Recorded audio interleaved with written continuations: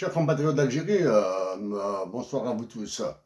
Euh, Récemment, j'ai fait une intervention sur la loi des finances de 2022. J'ai utilisé quelques chiffres pour l'illustration, pour insister sur la suppression des subventions, qui est une bombe thermonucléaire. Il me fallait des chiffres sur l'inflation en Algérie. En Algérie, on entend parler que l'inflation est de l'ordre de 5%, 6%, quelque chose comme ça, là. Ce matin, d'après les statistiques de International Financial Statistics, from the International Monetary Fund, c'est International Financial Statistics, ce sont les statistiques financières internationales du Fonds monétaire international que j'ai exploité ce matin. C'est carrément une division du FMI que j'avais complètement zappé, zappé dans la recherche. J'utilisais beaucoup plus les chiffres de la Banque mondiale et les marchés financiers internationaux de New York. Généralement, c'est New York que j'utilise. Donc, pour l'inflation en Algérie, sachant que j'ai travaillé sur la mesure des droits de l'homme avec l'indice des prix à la consommation en 2011. Pour cela, j'avais utilisé à l'époque l'indice des prix, par conséquent l'inflation en Bolivie, Bénin et Algérie. Et en 2013, j'avais fait une petite présentation rapide à Akbou sur comment mesurer les droits de l'homme avec l'indice des prix à la consommation ou l'inflation. Donc ce matin, j'ai profité de journée de repos là, pour essayer de me rappeler d'où est-ce que je ramenais les chiffres de l'inflation que j'avais utilisés en 2011. Donc pour le cas du Bénin, c'est un monsieur béninois, c'est un monsieur natif du Bénin qui réside à Paris qui m'a envoyé des données assez solides sur l'inflation du Bénin. Pour la Bolivie, il y a les chiffres de la Bolivie qui étaient bien constitués, c'est-à-dire le panier international, la nomenclature internationale de l'OIT est respectée en Bolivie. Maintenant, sur les pondérations, le poids de chaque élément, j'ignore. Maintenant, pour le cas de l'Algérie, j'ai eu des difficultés énormes à avoir, du moins à retrouver une inflation. L'inflation, parce que le cas de l'inflation en Algérie est bizarre. D'un point de vue théorique, d'après mes lectures sur le site internet de l'ONS, l'inflation est une combinaison de l'indice de Laspers et Patch. L'indice de Laspers, c'est pour les prix, l'indice de Patch, c'est pour les quantités. Ils font une multiplication. En 2011, je dis bien, je précise, en 2011, la nomenclature utilisée par l'Office national des statistiques en Algérie n'était pas conforme à la CY-COP. CY-COP, c'est la dénomination internationale du panier de consommation des ménages. CY-COP, c'est the consumption of individual, the classification, classification of individual consumption by purpose. C'est la classification des consommations individuelles par fonction. C'est-à-dire l'aliment, la nourriture au sens large du terme, au sens commun du terme, les médicaments, les vêtements, la chaussure, les soins de santé, l'hygiène corporelle, l'hygiène domestique, le transport, les boissons gazeuses, l'électricité, le gaz, l'eau, bien sûr, tout ça. Donc la pondération de 2011, je parle avec beaucoup de retenue avec beaucoup de limitation. Ces informations de 2011, est-ce qu'elles ont été changées ou pas? Mais j'ai dit, et je le répète, que depuis que l'inflation en Algérie est une inflation au mieux locale, parce qu'elle concernait la région d'Alger, la région de Ain Fla et la région Alger, Ain Fla. Troisième région, c'est Blida ou Boumerdas, quelque chose comme ça. Hein. En tout cas, l'indice des prix à la consommation, l'inflation en Algérie n'incluait pas les régions du sud, n'incluait pas les régions de l'extrême ouest, l'extrême est. Alors, pour l'essentiel, je lis hein, ce que vous les voyez ici, donc prices, production and labor selected indicators. Algeria shows International Financial Statistics IFS, metadata by country IFS. Donc prices, producer price index, all consumption index. Et vous avez juste en bas prices, consumer price index, all item index. Maintenant, pour l'indice des prix à la production.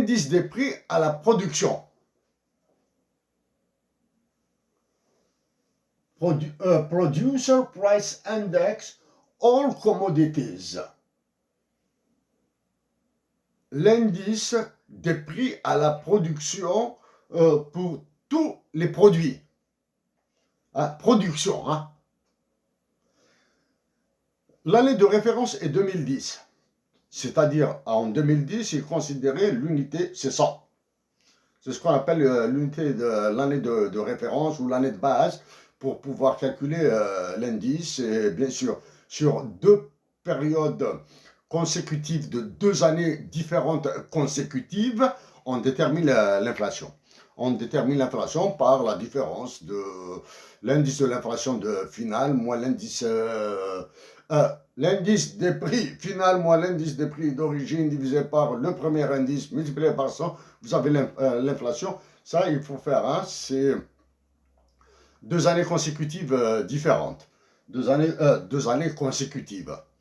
Donc, en 2010, l'année de référence est 2010. Donc, je lis 2011. L'inflation a été de 2%, 2012 4%, 2013 5%, j'enlève les décimales. 2014 6%, 2015 8%, 2016 12%, 2017 15%, 2018 19,80%. Donc, globalement, hein,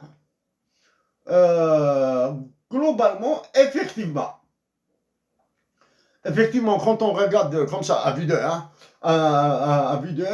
l'inflation 2017-2018, elle est passée sur 2 années consécutives. Hein, et ce n'est pas l'inflation, hein, ça c'est le glissement annuel. Elle est de 4,70%. 4,70 entre 2017 et 2018. Il n'y a pas de données pour 2019 et 2020. Ça, c'est les produits, l'indice des prix à la production, hein, c'est-à-dire les producteurs. Donc, je présume qu'ils font des déclarations des prix à l'OLS ou à des directions de wilaya. J'ignore comment se structure la collecte des données en Algérie, ce qui est un désastre. Hein. Et maintenant, on va voir l'inflation du consommateur, c'est-à-dire Chab, quand vous allez au marché. L'année de référence, c'est toujours 2010. Donc, en 2011, elle a augmenté de 4,52%. En 2012, elle est passée à 13%. En 2013, à 17%. En 2014, à 20,95%. Ça veut dire presque 21%. L'inflation, hein, l'indice des prix à la consommation. Ça, c'est pour vous montrer que l'hyperinflation dont j'ai parlé en 2015, elle est là. Hein. Elle est là. L'hyperinflation dont j'ai parlé en 2015, elle est là. Donc, 2014, 21%. 2015, c'est ça. 2015, 26,7%. 2016, 34,8%. 2017, 42,38%. 2018, 48,46%. Et 2019, 51,36%. Et 2020, l'inflation est de 55,02%.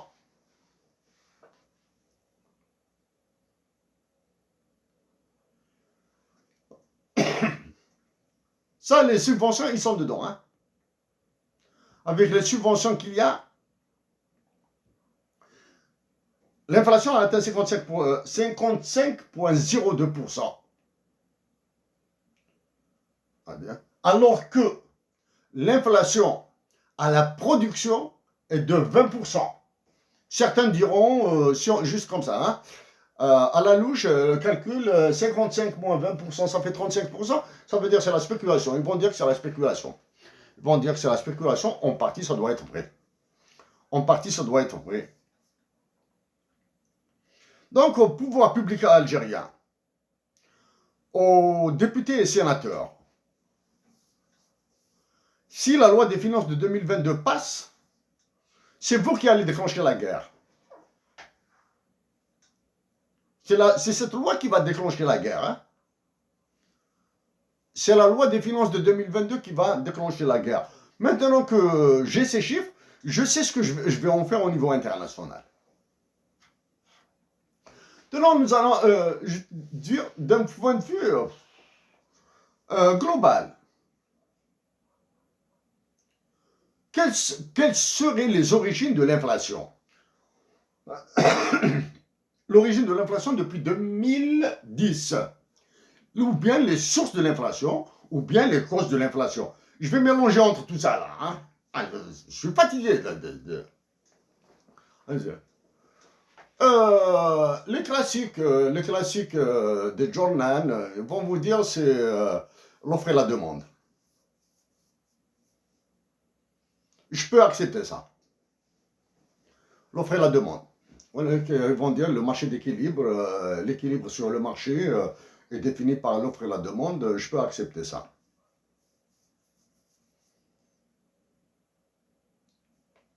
Les prix ont augmenté. Du côté demande. Côté demande, parce que généralement on charge le peuple, les consommateurs chargent. En termes économiques, on parle de consommateurs, hein, on ne parle pas de citoyens ou de sujets, trucs, hein, on parle de consommateurs, c'est-à-dire de tubes digestifs. On dit, généralement, quand on veut charger la nation, on dit, on parle côté demande. Oui, la demande a augmenté. Elle a augmenté naturellement. Parce que il y a la croissance de la population. En 2010, je vais supposer que nous étions 40 millions, et là maintenant on est à 44 millions ou à 43,8 millions. Donc la population a augmenté, donc la consommation a augmenté. Voilà. Une explication qui tient la route, elle tient la route. D'un point de vue mathématique, oui, ça tient la route. Augmenter, c'est ce qu'on appelle le ceteris paribus. On va dire que même si la demande a augmenté, l'offre n'a pas augmenté dans le même sens. La demande a augmenté, comment la demande augmente? Il faut être très simple, hein, très naturel. Très naturel. En 2010, un enfant, une petite fille, une jeune fille, un petit garçon, un bébé, a un niveau de consommation. En 2021, il a un niveau de consommation plus important. Donc il demande plus, il demande à manger un peu plus, à s'habiller un peu plus, à se soigner un peu plus, etc. J'exclus l'habillement. Hein. J'exclus l'habillement, c'est ce qu'on appelle la consommation incompressible. Sachant que l'enfant ne produit absolument rien. Hein. Donc, c'est ce qu'on appelle la consommation incompressible. C'est le minimum humain. Voilà, on va dire, comme ils disent là, l'expression, le minimum syndical. Pour rester en vie. Donc, on va dire que les prix ont augmenté parce que l'offre n'a pas suivi. C'est-à-dire la production n'a pas suivi. Ça, on le voit dans le PIB. Je le répète, la récession, c'est-à-dire la chute de la production nationale, est supérieure à 15%. 15,6%, 15,8%. Donc, là, automatiquement, d'un point de vue théorique, il y aura une augmentation des prix. Vous pouvez maintenant combiner. La demande a augmenté, l'offre est restée stable. La demande a augmenté, l'offre a diminué. La récession. Donc là, c'est l'inflation.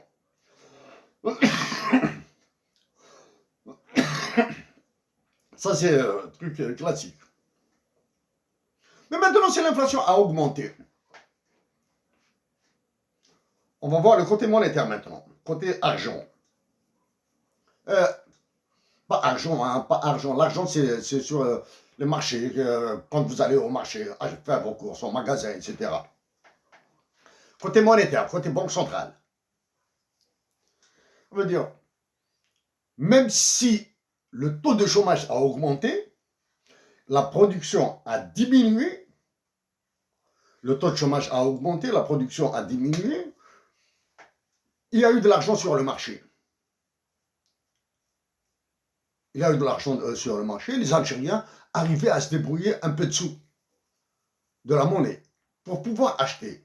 Probablement qu'ils achètent moins, c'est-à-dire qu'ils sont devenus un peu plus pauvres, c'est-à-dire qu'ils se nourrissent moins, ça veut dire qu'ils sont devenus, qu'ils deviennent facilement plus malades.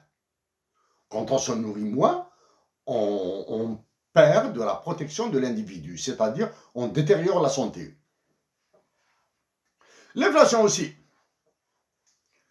J'en ai parlé une ou deux fois comme ça. L'indice de Gini, l'indice des inégalités, on appelle ça l'indice de concentration, etc. En Algérie, on nous montre un indice de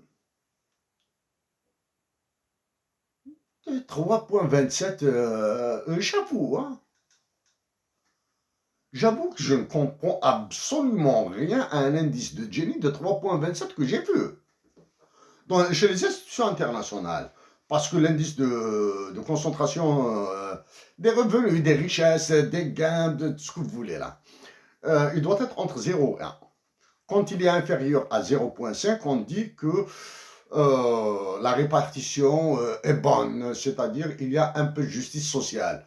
Quand l'indice est supérieur à 0,5, on commence à dire que la concentration des revenus commence à montrer les injustices, on va dire comme ça, l'iniquité, l'injustice sociale. Si l'inflation a augmenté, ça veut dire qu'il y a des riches en Algérie qui sont capables de payer n'importe quel prix pour une tomate, pour un poivron, pour un kilo de tomate, pour un kilo de poivron, un kilo d'oignon, etc. Plus, ça dépend des élasticités. Donc, quand un riche au sens pouvoir de consommation, hein, c'est ça. Un gars qui touche 25 millions de centimes comme les députés, ou 30 millions de centimes, en excluant les machins à côté là, tous les avantages, il touche 30 millions de centimes par mois, s'en fout. Il envoie au marché un chauffeur, un agent, un petit chômeur à qui il va donner peut-être 1000 dinars pour chaque marché. Qu'il lui fait, il dit tu m'achètes 2 kilos de viande, 3 kilos de pommes de terre, 5 kilos de pommes de terre, 2 kilos de tomates, parce qu'il fait le marché chaque week-end. Hein. Oui, c'est ça. Chaque semaine, chaque week-end, il fait le marché pour avoir des produits frais. Produits frais. Donc, il y a beaucoup de personnes qui, du moins, pas beaucoup, je ne connais pas le nombre. Il y a des personnes qui sont capables de mettre, d'offrir des prix, de faire augmenter les prix. Maintenant, puisqu'il y a des personnes qui peuvent faire augmenter les prix, Les producteurs, ce qu'ils appellent les producteurs. Les producteurs, il faut les mettre un peu derrière. Les spéculateurs, les intermédiaires. Les intermédiaires. Pourquoi? C'est ce qu'on appelle la désutilité du travail et l'opportunité du gain facile. Puisqu'il y a des personnes qui sont capables de payer, par exemple, 200 dinars le kilo de pommes de terre. Je vais mettre à chaque fois sur le marché un peu moins. Et je vais stocker ça, ou bien même je jette ça, comme c'est le cas de la tomate. Je jette pour maintenir les prix élevés. Donc je vais arrêter sur maintenant cette information. Il y a d'autres, l'activité économique, etc., que j'ai retrouvées. Je le répète, la loi des finances de 2022 risque d'être une source additionnelle de guerre civile. Je le dis bien, avec une inflation de 55,02%, elle risque d'être une source de guerre civile.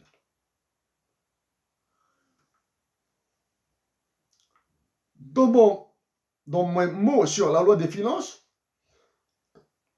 je savais ce que je disais, j'étais conscient là. J'attendais à des réactions de certains économistes, etc. J'attendais leurs réactions. Ben, il y avait un aspect. Oui, j'ai parlé uniquement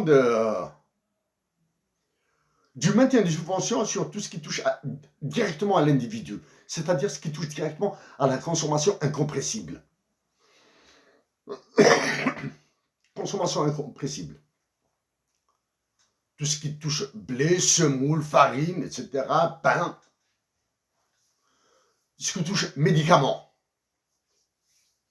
Et le lait pour les enfants, les bébés. Je pouvais parler sur les autres. J'ai parlé sur les autres secteurs. Mais j'ai évité de suggérer, par exemple, la non-privatisation des autoroutes. J'ai évité. Parce qu'il fallait.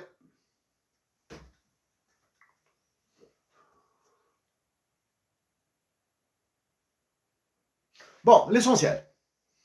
L'inflation est de 55,02% en Algérie, avec une année de référence 2010, et en 2020, l'inflation, l'indice des prix a été de 155,02. Voilà. Donc, mes chers compatriotes d'Algérie, soyez zen, résistez au déluge, à l'ouragan sur Glane. La dernière fois, j'ai parlé de la région de Tizi Ouzou, j'ai dit que c'est une poudrière. Chers compatriotes de Béjaïa, maintenant, même si j'ai parlé de Bouira, de Tizi Ouzou et de Béjaïa, mais cette fois-ci, j'insiste sur Béjaïa. Chers compatriotes de Béjaïa,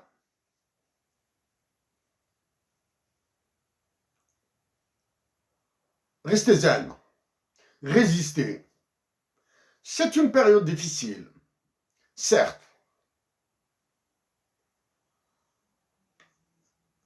Très difficile, elle sera cruelle. L'inflation ne touche pas uniquement l'Algérie. Au Canada, il y a une inflation terrifiante, elle est de 6%. 6%, c'est de la folie. Au Canada, quand on parle de 6% d'inflation, c'est de la folie. Parce que la cible est de 2,5%. Aux États-Unis, l'administration américaine, elle est vraiment dans l'eau chaude. Je dis bien, elle est dans l'eau chaude.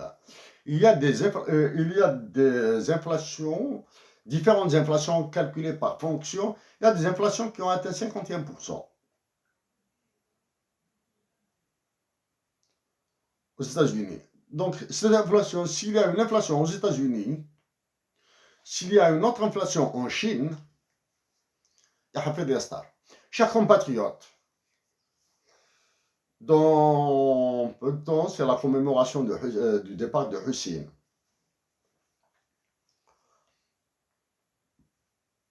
Par conviction personnelle, par devoir personnel, je continuerai à travailler pour l'Algérie, pour la patrie. Conviction personnelle. Continuez à le faire. Mais je le ferai aussi pour la mémoire de Hussein. Il y a de quoi être jaloux de ce génie qui a donné toute sa vie pour l'Algérie. Il y a de quoi être jaloux. C'est naturel. Hein? C'est un génie. Hussein est un génie. En plus d'être un génie, il était sage, il était bon, humainement bon. Humainement bon. Il a donné toute sa vie à l'Algérie. Travailler pour la paix. Chers compatriotes d'Algérie, la majorité de l'Algérie, la paix en Algérie, accepter de souffrir un peu, beaucoup même. Et pour le dire avec de la conviction, Wallah el-Azim, Soram c'est des champions du monde. أحقر بالعيسى.